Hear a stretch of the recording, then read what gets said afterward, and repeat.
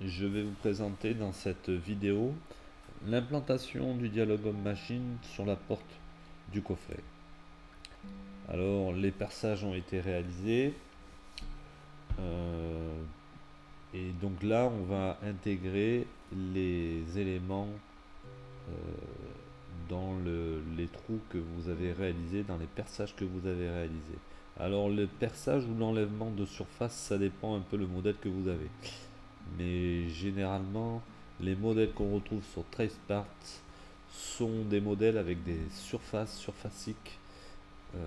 Regardez bien la vidéo numéro 1 où on voit ma présentation en fond d'écran sur page HTML et il y a des indications pour réaliser un perçage dans du surfacique qui est complètement différent que réaliser du perçage dans une pièce classique.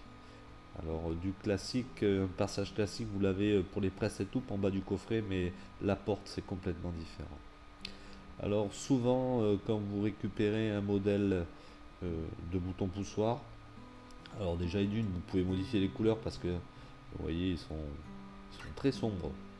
Et les contraintes qui sont insérées dans les symboles, ils ne marchent pas très bien. Alors, soit elles ont été mal faites sur les modèles génériques, soit c'est que comme on travaille sur du surfacique, elles ne fonctionnent pas. Donc, généralement, je les place sur le plan et après, je lui fais les contraintes automatiquement.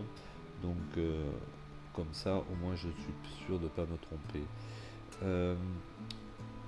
Par contre, on voit bien les connecteurs électriques, toujours pareil, il faut, quand vous téléchargez le modèle, vous avez le modèle de pièce, il faut insérer les connecteurs électriques si vous voulez faire du routage 3D.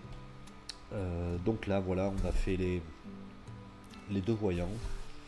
Alors modifier les couleurs, je ne l'ai pas fait dans cette vidéo, modifier les couleurs, ça sera un rendu beaucoup plus joli. Et là, bon, maintenant, il nous reste plus que l'arrêt d'urgence et les deux boutons poussoirs. Alors, je vais les implanter comme je me le suis imposé dans l'implantation 2D.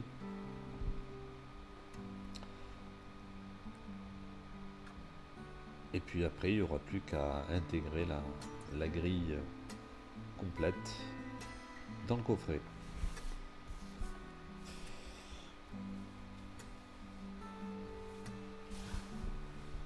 Et une fois que vous avez fait ça, eh bien, on pourra attaquer la partie routage.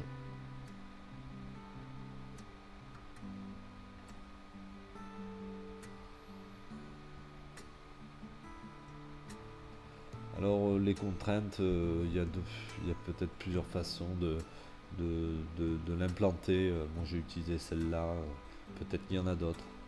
Ma méthode n'est peut-être pas parfaite.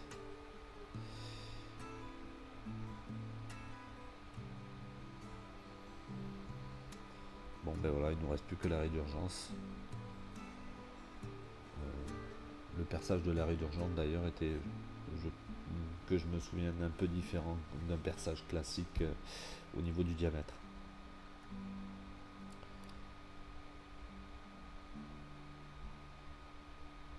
Voilà, bon.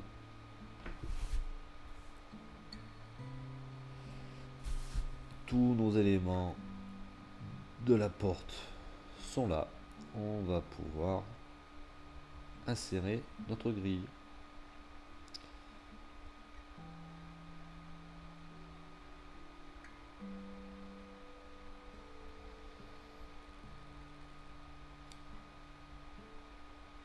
Alors bien sûr, vous pouvez très bien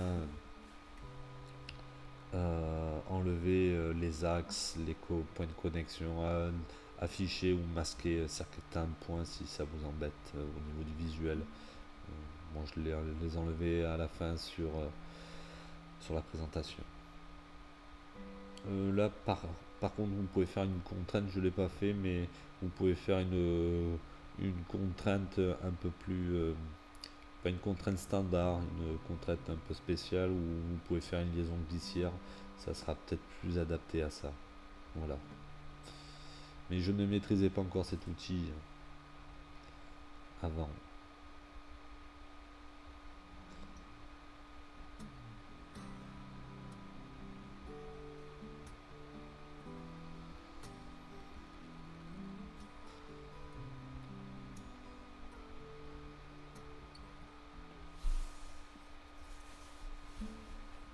Alors on va placer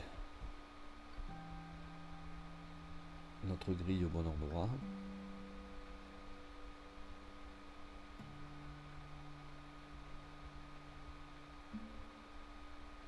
Voilà.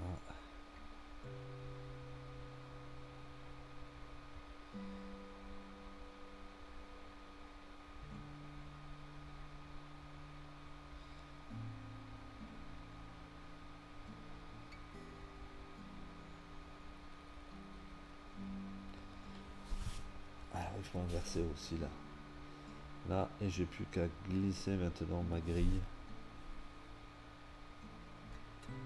dans les trous blonds. Et voilà. Ma grille est intégrée avec tous les éléments.